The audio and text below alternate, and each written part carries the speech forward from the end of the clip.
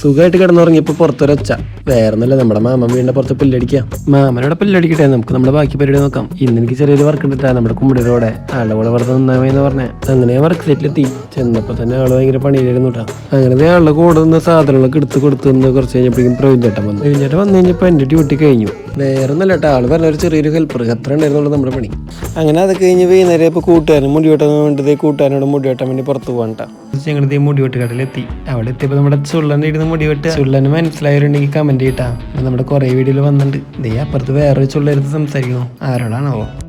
അങ്ങനെ അതൊക്കെ കഴിഞ്ഞ് വെറുതെ ഇരുന്നപ്പോൾ ദേ മുടി വെട്ടടിലേക്ക് വന്നൊരു വേറൊരു കുട്ടി. എൻ്റെ കുട്ടി ഫൈനാന്ന് പറഞ്ഞിട്ട് എൻ്റെ കൂടെ വന്ന് കൂടി. ആദ്യം അവനൊന്നും കാണിച്ചെങ്കിലും പിന്നെ അവനടുത്ത് നല്ല കമ്പനി ആയിട്ടോ. തലമുടിയൊക്കെ പിടിച്ചു വലിക്കുക, അങ്ങനത്തെ ഓരോരോ പരിപാടികളായിരുന്നു.